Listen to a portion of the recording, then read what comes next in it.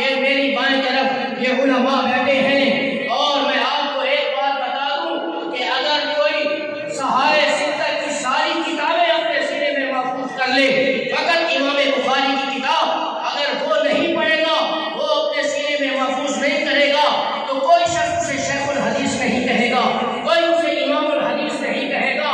امام الحدیث بننے کے لیے، شیخ الحدیث بننے کے لیے، اور رئیس اور حافظ الحدیث بننے کے لیے یہ شرط اول ہے کہ وہ امام بخاری کی کتاب کو اپنے سینے میں محفوظ کرے۔ میں ان کو مبارکباد دیتا ہوں، میں ان کے والدین کو بھی مبارکباد دیتا ہوں کہ انہوں نے 10-12 سال کا عرصہ اس چار دیواری کے اندر رہ کر انہوں نے قرآن کو بھی اپنے سینے میں محفوظ کیا۔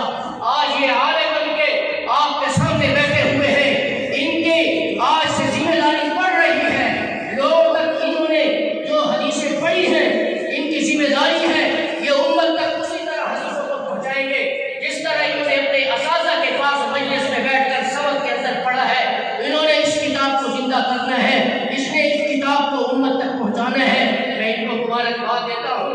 آپ بھی بڑے مبارکباد کے مستحق ہیں کہ آپ اس عظیم الشان پروگرام کے اندر تشریف لائے ہیں، آپ کے لیے بڑا اعزاز ہے، بڑے خوش نصیب ہیں۔ ان کی بھی زیارت کر رہے ہیں، اکابر علماء آئیں گے، ان کی بھی آپ زیارت کریں گے۔ اللہ ہم سب کا حامی و ناصر ہو۔ میں اب جس طالب علم کو قرآن کی تلاوت کے لیے دعوت دے رہا ہوں، یہ بھی جامعہ خالد بن ولید کے فاضل ہیں الحمدللہ۔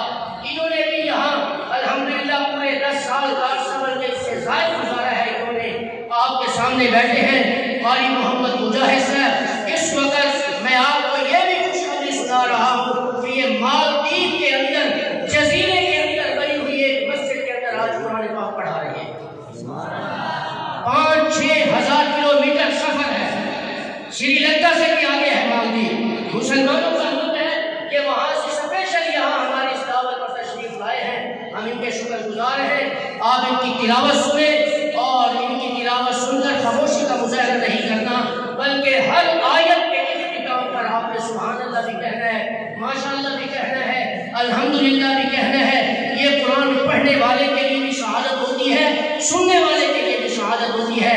اب میں بلا تفریق اور میں اب کوئی وقت نہیں ہے ہمارے پاس، میں بالکل اب ان کے دعوت کے بعد اب ہمارے اکابر علماء کا سلسلہ شروع ہونے والا ہے۔ اب میں ان کو دعوت دیتا ہوں کہ وہ آئیں اور ہمارے سامنے قرآن پاک کی تلاوت کریں، ہمارے دلوں کو بھی منور کریں، آپ کے دلوں کو بھی منور کریں۔ آئیے ہماری محمد مجاہد